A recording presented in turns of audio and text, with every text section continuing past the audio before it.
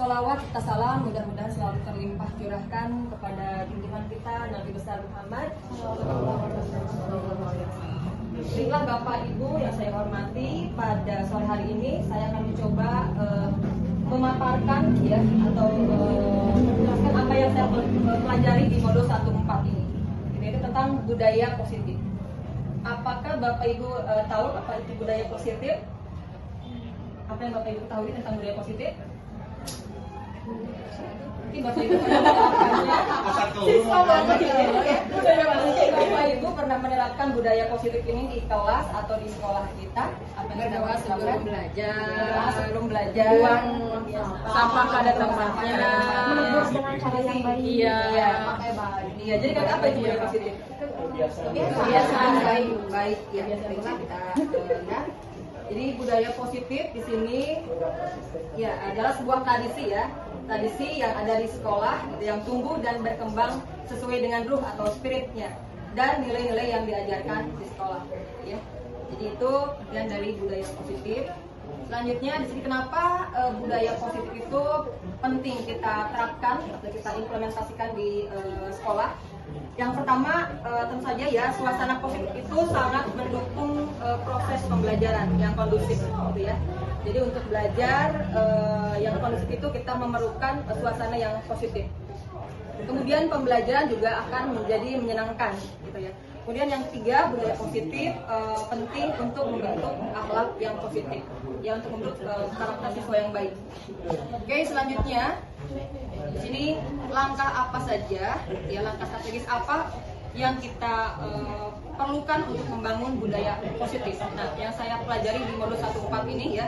Jadi untuk memenuhi kebutuhan dasar manusia, di sini ada beberapa langkah strategis yang bisa kita terapkan. Yang pertama, mengubah paradigma teori ilusi kontrol.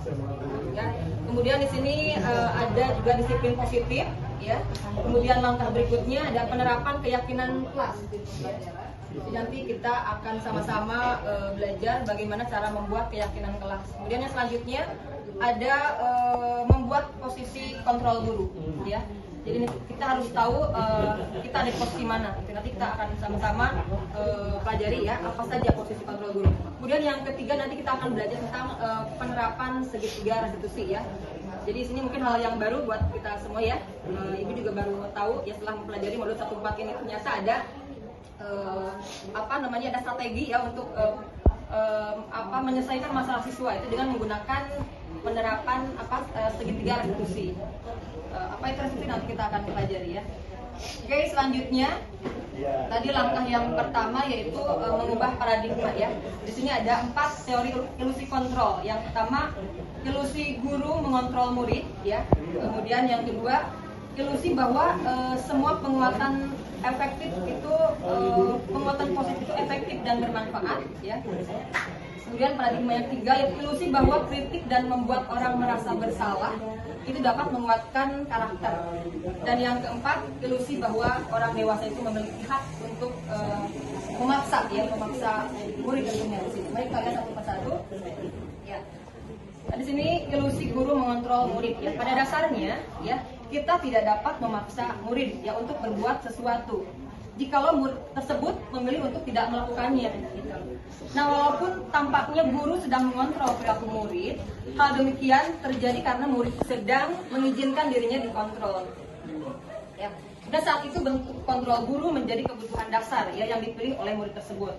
Nah, teori kontrol menyatakan bahwa semua perilaku memiliki tujuan ya, bahkan terhadap perilaku yang tidak disukai ya. Jadi semua perilaku memiliki tujuan tertentu ya. Kemudian yang kedua, ilusi bahwa semua penguatan positif itu efektif dan bermanfaat ya.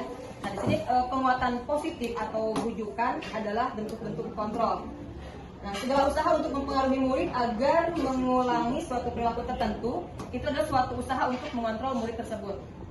Dalam jangka waktu tertentu, ya, kemungkinan murid tersebut akan menyadarinya dan mencoba untuk menolak bujukan kita, atau bisa jadi murid tersebut ya menjadi tergantung ya pada pendapat sang guru untuk berusaha. Ini paradigma yang kedua. Kemudian yang selanjutnya, ilusi bahwa kritik dan membuat orang bersalah dapat menguatkan karakter.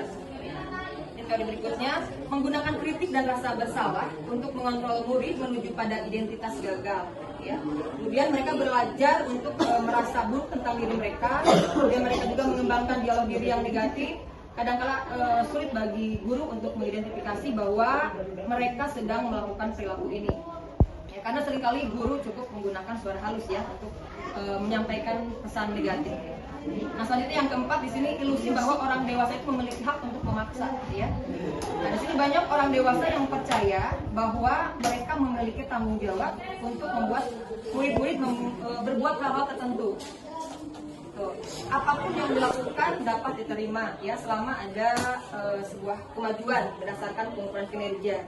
Nah, pada saat itu pula orang dewasa akan menyadari bahwa perilaku memaksa itu tidak akan efektif untuk jangka waktu lama, ya. Gitu, dan sebuah hubungan permusuhan akan terbentuk. Ya. Nah, selanjutnya langkah strategi yang kedua dalam membangun budaya positif itu dengan menerapkan disiplin positif, ya.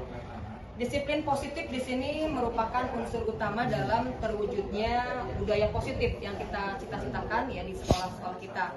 Nah, tujuan dari disiplin positif ini adalah menanamkan motivasi intrinsik pada murid-murid, ya. Motivasi intrinsik tentunya berasal dari diri murid itu sendiri, ya.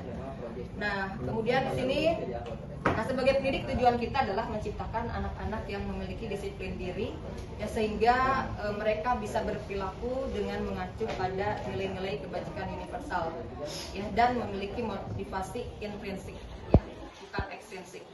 Kalau ekstrinsik tentunya ada motivasi yang di luar dirinya, ya, dari misalnya karena ingin mendapatkan penghargaan ataupun misalnya karena takut mendapatkan hukuman, gitu ya, yang ekstrinsik. Oke, selanjutnya, nah jadi di sini simpelnya disiplin positif itu menumbuhkan kesadaran tanpa iming-iming hadiah ataupun ancaman hukuman. Ya. Disiplin positif, kemudian juga bisa menumbuhkan kesadaran siswa tentang nilai-nilai kebajikan universal, ya, untuk membentuk karakter profil pelajar Pancasila. Mungkin Bapak Ibu sudah mengetahui, ya, 6 dimensi yang ada di profil pelajar Pancasila. Itu yang pertama, ya, beriman, bertakwa kepada Tuhan Yang Maha Esa, ya, dan berakhlak mulia. Kemudian yang kedua, dimensi kedua yaitu mandiri, ya. Kemudian yang ketiga bernalar kritis, berkebinekaan global, ya. Kemudian bergotong royong dan kreatif. Ini, ya, 6 dimensi yang harus kita coba terapkan ya, dalam pembelajaran kita di kelas. Oke, di sini menurut Ki Hajar Dewantara maupun Diana Gozen, ya, di mana kedua pakar pendidikan mengartikan disiplin sebagai bentuk kontrol diri, ya, yaitu belajar untuk kontrol diri agar dapat mencapai tujuan mulia. Nah, tujuan mulia di sini mengacu pada nilai-nilai atau prinsip-prinsip mulia yang dianut seseorang, ya. Yang kita namakan tadi nilai-nilai tersebut sebagai nilai-nilai kebajikan universal. Ya. Nah, nilai-nilai kebajikan universal ini adalah nilai-nilai kebajikan yang disepakati bersama. Ya, jadi tidak ditentukan oleh seseorang, tidak ditentukan oleh guru, ya, tapi disepakati bersama, terlepas dari suku bangsa, agama, bahasa ataupun latar belakangnya. Itu yang dinamakan nilai-nilai kebajikan universal, ya. Oke, selanjutnya di sini William Glaser, ya, dalam teorinya choice theory menyatakan bahwa seluruh tindakan manusia itu memiliki tujuan tertentu, ya, tadi sudah sampaikan. Kalau bahkan perilaku negatif sekalipun, ya, itu ada tujuannya. Semua yang kita lakukan adalah usaha terbaik, ya, untuk mendapatkan apa yang kita inginkan. Nah, ketika kita mendapatkan apa yang kita inginkan, ya, sebetulnya saat itu kita sedang memenuhi satu atau lebih dari kebutuhan dasar kita. Jadi semua orang pasti punya kebutuhan dasar, ya. Dia akan menerapkan ini selanjutnya, ya. Apa saja kebutuhan dasar manusia? Di sini ada 5, ya. Yang pertama itu kebutuhan untuk bertahan hidup, tentu saja, ya, for survival, untuk makan, ya, kesehatan, gitu, ya, rumah dan sebagainya, itu kebutuhan untuk bertahan hidup. Kemudian kebutuhan dasar kita yang kedua yaitu kebutuhan akan cinta dan kasih sayang, ya. Kita pasti ingin dicintai, disayangi oleh orang-orang yang dekat dengan kita, guru, orang tua, bahkan teman, ya. Kemudian yang ketiga kebutuhan dasar akan kebebasan, ya, freedom. Selanjutnya kita juga butuh kesenangan, ya. Dan yang terakhir tentu saja kita juga butuh kekuasaan. power, ya. Biasanya yang ingin jadi seorang pemimpin, ya, pasti dia kekuasaan yang tinggi gitu ya. Oke. Nah, selanjutnya di sini William Glasser menyatakan bahwa kapasitas untuk berubah itu ada pada diri kita. Jadi orang lain tidak bisa mengontrol diri kita, ya, selain diri kita sendiri, ya. Jadi kita punya kapasitas yang besar untuk mengubah diri kita sendiri. Nah, jika kita dapat mengidentifikasi kebutuhan apa yang mendorong perilaku kita, maka perubahan perilaku positif dapat dimulai dengan mencari solusi, ya, untuk memenuhi kebutuhan tertentu dengan cara yang positif, ya, daripada cara yang negatif. Oke, nah di modul 14 di sini juga saya mempelajari tentang apa yang disebut dunia berkualitas, ya. Apa dunia berkualitas kita? Yaitu tempat khusus dalam pikiran kita, ya. Tempat kita menyimpan gambaran representasi dari apa yang kita inginkan. Biasanya berisi tentang orang-orang yang terbaik, ya, orang-orang yang kita sayangi dan hal-hal yang terbaik dalam hidup kita, yang membuat kita merasa bahagia, ya, dan merasa terpenuhi kebutuhan dasar kita, ya. Nah, selanjutnya murid pun, ya, murid kita juga mempunyai gambaran dunia berkualitas mereka. Tentunya sebagai guru kita ingin mereka memasukkan hal-hal yang bermakna, ya, dan nilai-nilai kebajikan yang hakiki ke dalam dunia berkualitas mereka. Nah, bila guru dapat membangun interaksi yang memberdayakan dan memerdekakan murid, maka murid akan meletakkan dirinya sendiri sebagai individu yang positif dalam dunia berkualitas, karena mereka menghargai nilai-nilai kebajikan tadi, ya, nilai-nilai kebajikan universal yang mereka yakini. Nah, selanjutnya jika 5 kebutuhan dasar tadi sudah terpenuhi, ya, mulai dari bertahan hidup, kemudian rasa sayang, ya, kesenangan, kekuasaan, dan tadi itu murid akan merasa bahagia, ya, jika 5 kebutuhan dasar tadi sudah terpenuhi. Oke, selanjutnya langkah untuk membangun budaya positif tadi dengan menerapkan disiplin positif. Seperti yang dikatakan oleh Ki Hajar Dewantara, ya, mengatakan bahwa di mana ada kemerdekaan, disitulah harus ada disiplin yang kuat, gitu. Sungguh pun, ya, disiplin itu bersifat self-disiplin, yaitu kita sendiri, ya, yang mewajibkan kita dengan sekeras-kerasnya, tetapi itu sama saja. Sebab jikalau kita tidak cakap melakukan self-disiplin, wajiblah penguasa lain mendisiplinkan diri kita. Dan peraturan demikian itulah harus ada di dalam suasana yang merdeka. Itu menurut Ki Hajar Dewantara, ya. Dan Ki Hajar Dewantara juga mendefinisikan merdeka sebagai mardika iku jalwanya. Yang orang Jawa sini ngerti nggak? Serius? Oh, Bu Inggit, ya. Mardika iku jalwanya, noramung lepasing pangreh. Do you understand it? No. You understand? Ya. Ing uga kuat, kuasa aman diri, priangga. Artinya ada, ya, situ. Mereka itu artinya tidak hanya terlepas dari perintah, ya, akan tetapi juga cakap untuk memerintah diri sendiri, ya. Jadi di sini itu berasal dari diri sendiri awalnya, ya. Namun kenyataannya disiplin identik dengan siswa patuh pada peraturan, ya. Ya, kenyataan seperti itu. Oke. Baiklah, di sini ada juga motivasi disiplin yang menurut Diana Gozen.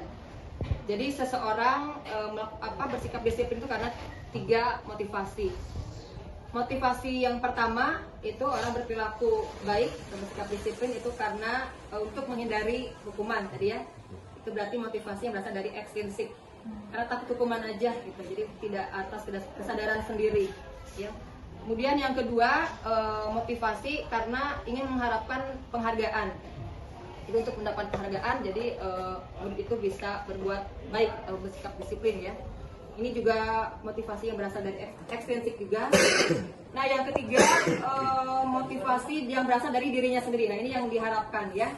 Motivasi intrinsik, jadi betul-betul atas kesadaran sendiri. Jadi bukan karena ingin hadiah ataupun karena takut mendapatkan hukuman, gitu.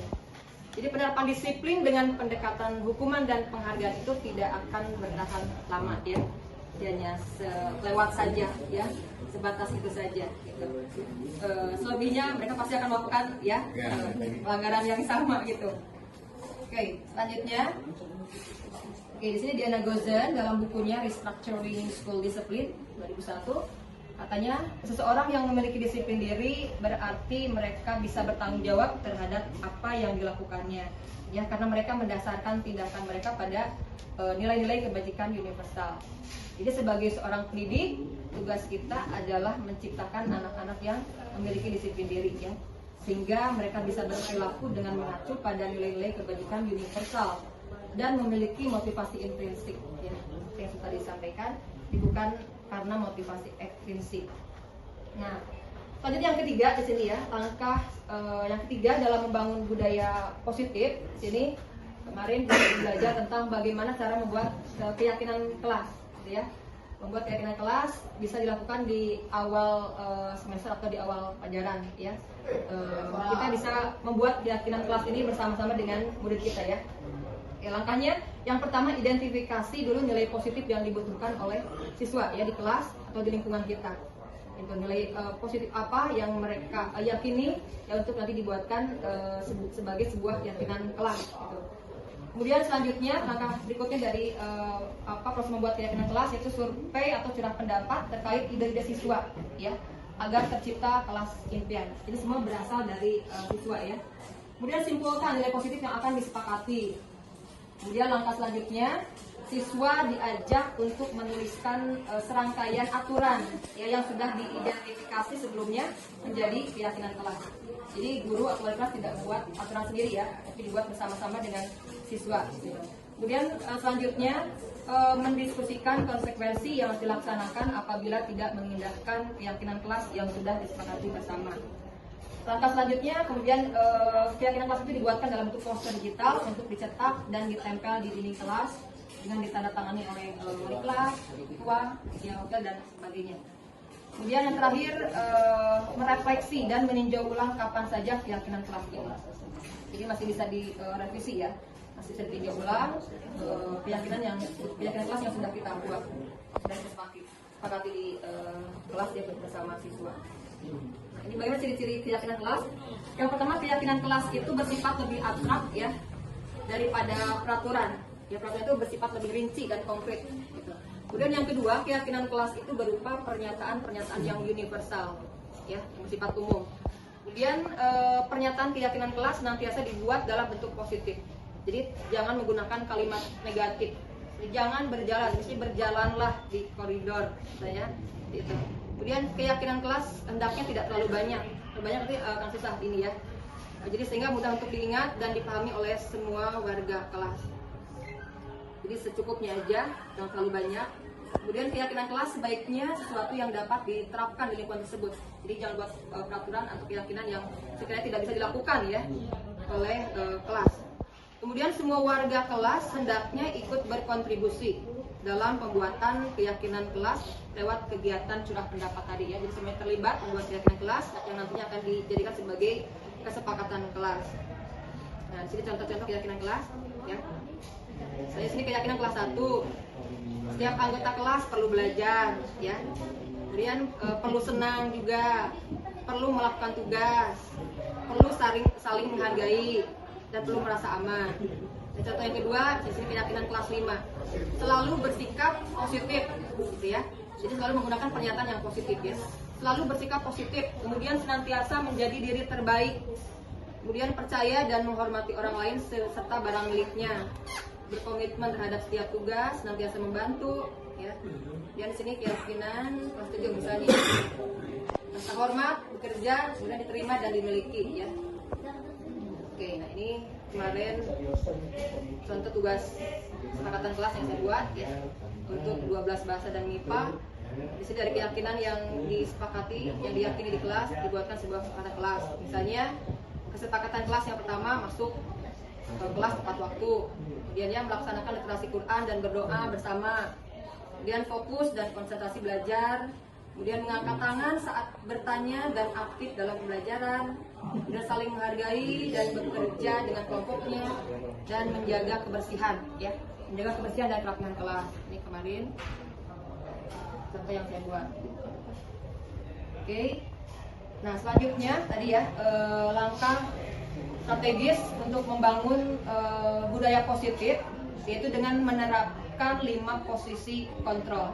Nah, kita nanti ada di posisi mana sebagai guru ya. Yang pertama, posisi kontrol sebagai penghukum ya. Ini masih terjadi ya, masih sering terjadi di kelas ketika kita menemukan siswa melakukan pelanggaran ya, tapi juga kita berikan hukuman ya. Orang penghukum bisa menggunakan hukuman fisik ya maupun verbal ya. Ini hukuman itu tidak hanya fisik saja ya, secara lisan aja mungkin bisa menyakiti atau melukai hati murid kita. Kemudian kedua, posisi kontrol sebagai pembuat orang merasa bersalah. Nah, di sini biasanya guru akan bersuara lebih lembut ya. Ketika guru ada di posisi pembuat orang merasa bersalah, membuat siswa gitu ya merasa bersalah. Kemudian ada posisi guru sebagai teman ya. Posisi kontrol teman di sini guru pada posisi ini tidak akan menyakiti murid, namun akan tetap berupaya mengontrol murid ya melalui persuasi ya, melalui ajakan-ajakan, dudukan-dudukan halus. Kemudian yang keempat sebagai monitor atau pemantau ya. Monitor di sini berarti mengawasi ya. Kemudian posisi kontrol yang kelima, nah di sini ada posisi tertinggi dan mungkin ini yang diharapkan dari guru ya, itu ada di posisi manajer ya, yang menunjukkan tanggung jawab guru dalam posisi terakhir. Manajer adalah posisi mentor di mana guru berbuat sesuatu bersama dengan murid, mempersilahkan murid mempertanggungjawabkan perilakunya, kemudian mendukung murid agar dapat menemukan solusi atas permasalahannya sendiri. Jadi bukan guru yang mencarikan solusi, tapi siswa itu sendiri ya. Siswa itu berusaha untuk menemukan solusi atas masalah yang dia buat gitu. Mereka belajar bertanggung jawab ya untuk mencari solusi sendiri. Nah di sini contoh pernyataan ya pada posisi penghukum yang dikatakan guru biasanya seperti ini ya. Patuhi aturan saya atau awas gitu ya. Pada posisi penghukum, kamu selalu aja salah gitu ya, pasti selalu yang terakhir selesai gitu. Nah itu biasanya dikatakan guru ya pada posisi penghukum. Kemudian pada posisi merasa bersalah biasanya guru mengatakan seperti ini, ibu sangat kecewa sekali dengan kamu ya, jadi ada di posisi yang dengan salah yang lembut ya. Kemudian berapa kali ibu harus bilang ya, berapa kali ibu harus beritahu kamu gitu ya, gimana coba kalau orang tua kamu tahu kamu berbuat begini ya. Ini contohnya posisi guru ada di pembuat merasa bersalah.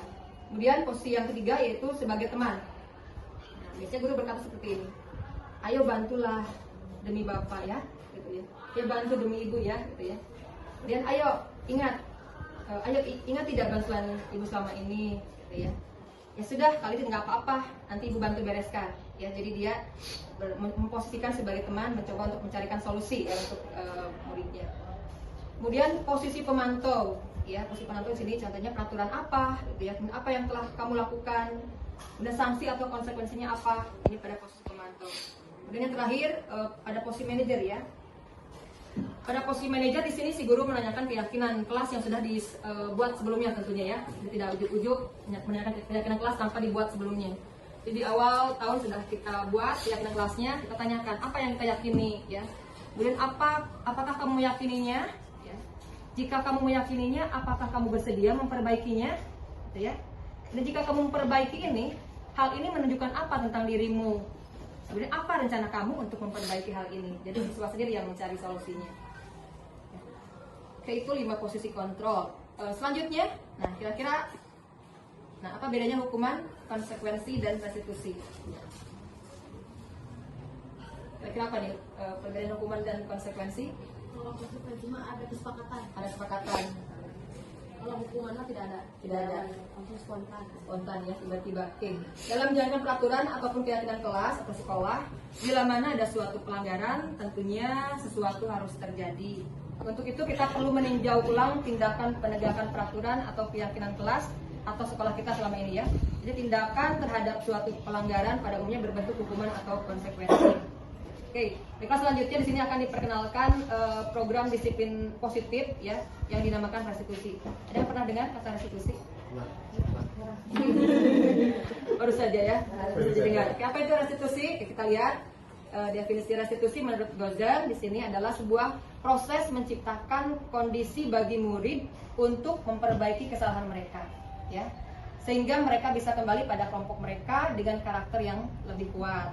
Oke. Kemudian restitusi juga merupakan proses kolaboratif yang mengajarkan murid untuk mencari solusi ya untuk masalah mereka dan membantu murid berpikir tentang orang seperti apa yang mereka inginkan. dan bagaimana mereka harus memperlakukan orang lain, ya. Oke, sebelum kita bahas lebih dalam tentang penerapan restitusi, tadi ya bukannya sudah menyebutkan perbedaan antara hukuman dan konsekuensi. Ya.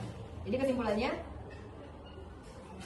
bahwa hukuman itu bersifat tidak terencana, ya, atau tiba-tiba, gitu. Jadi yang namanya hukuman, kemudian anak atau murid tidak tahu apa yang akan terjadi dan tidak dilibatkan. Jadi ketika anak berbuat kesalahan, baru langsung memberikan hukuman. Ya misalnya anak kesiangan, udah kamu diam di luar, ya. Jadi tidak ada kesepakatan di awal, kalau misalnya kesiangan tidak boleh masuk. Kemudian hukuman bersifat satu arah, ya dari pihak guru yang memberikan, dan murid hanya menerima suatu hukuman tanpa melalui suatu kesepakatan atau pengarahan dari pihak guru, baik sebelum atau sesudahnya. Hukuman yang diberikan bisa berupa fisik ataupun psikis, ya. Murid atau anak disakiti oleh suatu perbuatan atau kata-kata. Nah, sementara disiplin dalam bentuk konsekuensi sudah terencana atau sudah disepakati, sudah dibahas dan disetujui oleh murid dan guru, ya. Umumnya bentuk-bentuk konsekuensi itu dibuat oleh pihak guru atau sekolah, dan murid sudah mengetahui sebelumnya konsekuensi yang akan diterima, ya, bila ada pelanggaran. Pada konsekuensi murid tetap dibuat tidak nyaman, ya, dalam jangka waktu pendek. Nah, di sini menurut Alfikon, ya, menyatakan bahwa saat kita berulang kali menjanjikan hadiah kepada anak-anak agar berperilaku bertanggung jawab, atau kepada seorang murid agar mempelajari sesuatu yang baru, atau kepada seorang karyawan agar melakukan pekerjaan yang berkualitas, kita sedang berasumsi, ya, mereka tidak dapat melakukannya atau mereka tidak akan memilih untuk melakukannya. Itu menurut Alfikon. Nah, ini ya yang menarik. Buat saya yang kemarin sudah coba dipraktekkan, ya, merupakan hal yang baru itu dalam menangani permasalahan siswa yang melakukan pelanggaran itu dengan menerapkan segitiga restitusi. Ya, Diana Gozan di sini telah merancang sebuah tahapan untuk memudahkan para guru dan orang tua dalam melakukan proses untuk menyiapkan anaknya melakukan restitusi, itu yang bernama segitiga restitusi atau restitution triangle, ya. Yang pertama sini yaitu langkah yang pertama menstabilkan identitas, ya. Jadi kita melakukan menstabilkan identitas terlebih dahulu ketika siswa melakukan pelanggaran. Sesuai dengan teori kontrol, itu kita semua akan melakukan hal yang terbaik yang bisa kita lakukan. Kemudian langkah yang kedua, memvalidasi tindakan yang salah, ya, bahwa semua perilaku memiliki alasan. Kemudian yang ketiga, menanyakan keyakinan. Ya, sesuai dengan teori kontrol itu kita semua memiliki motivasi internal. Mari kita lihat satu persatu di sini. Sisi yang pertama tadi dalam segitiga restitusi ini yaitu menstabilkan identitas, ya. Ketika siswa berbuat kesalahan, ya, kita coba menyampaikan kepada siswa bahwa setiap orang itu pasti pernah melakukan kesalahan. Jadi ini menstabilkan identitas supaya mereka merasa tidak tertekan, tidak merasa bersalah, gitu, ya. Kemudian yang kedua, kita sampaikan kepada murid bahwa mereka bukan satu-satunya yang pernah melakukan kesalahan ini, ya. Kemudian sisi yang kedua, memvalidasi tindakan yang salah. Nah, di sini kita sampaikan bahwa kamu tentu punya alasan, ya, mengapa melakukan ini. Dan nanti mereka juga akan coba menyampaikan alasannya, ya, atas motivasi apa mereka melakukan perilaku tersebut. Kemudian adakah cara yang lebih efektif untuk mendapatkan apa yang kamu butuhkan? Nah, itu, ya, mereka nanti akan menjawab sendiri. Kira-kira ada tidak, ya, cara lain yang tidak merugikan orang lain, ini. Nah, sisi yang ketiga di sini menanyakan keyakinan. Menanyakan keyakinan kelas yang sudah kita buat di awal tadi, ya, gitu. Nah, keyakinan apa? Keyakinan kelas apa yang telah kita sepakati? Berarti mereka akan mengingat, ya, keyakinan sudah dibuat sebelumnya. Kemudian kamu ingin menjadi orang seperti apa, gitu, ya. Ini salah satu cara untuk menanyakan keyakinan. Nah, di sini contoh-contohnya ya untuk menstabilkan identitas itu dengan cara mengatakan kalimat-kalimat seperti ini pada siswa. Buat salah itu tidak apa-apa, gitu, ya. Tidak ada manusia yang sempurna, ya. Kemudian saya juga pernah melakukan kesalahan itu, gitu, ya. Kita bisa menyelesaikan ini. Dan kita coba bilang ke anak, ibu tidak tertarik mencari siapa yang salah, ya, tapi ibu ingin mencari solusi dari permasalahan ini, ya. Dan kamu berhak merasa begitu, ya. Dan yang terakhir di sini, apakah kamu sedang menjadi teman yang baik buat dirimu sendiri? Ini ya contoh-contoh dalam menstabilkan identitas siswa, ya, ketika mereka melakukan pelanggaran. Kemudian langkah yang kedua tadi validasi tindakan yang salah. ya. Di sini beberapa kalimat ya yang bisa kita gunakan untuk memvalidasi kebutuhan mereka. Contohnya seperti ini. Padahal kamu bisa melakukan yang lebih buruk dari ini ya, gitu ya. Jadi seolah kita mensahkan, memvalidasikan ya tindakan salah mereka gitu. Kemudian kamu pasti punya alasan mengapa melakukan hal itu. Dan kamu patut bangga pada dirimu sendiri karena kamu telah melindungi sesuatu yang penting buatmu. Yang terakhir di sini kamu boleh mempertahankan sikap itu, tapi kamu harus menambahkan sikap yang baru. Dan yang terakhir menanyakan keyakinan kelas ya. Langkah ketiga dari segitiga restitusi itu yaitu menanyakan keyakinan kelas. Di teori kontrol menyatakan bahwa kita pada dasarnya tadinya termotivasi secara internal. Ketika identitas sukses telah tercapai, langkah 1 tadi, kemudian dan tingkah laku yang salah telah divalidasi ya, pada langkah 2, maka anak akan siap untuk dihubungkan dengan nilai-nilai yang dia percaya, yang sudah disepakati sebelumnya, dan berpindah menjadi orang yang dia inginkan. Gitu. Nah, pertanyaan di bawah ini bisa kita gunakan ya untuk menghubungkan keyakinan anak dengan keyakinan kelas.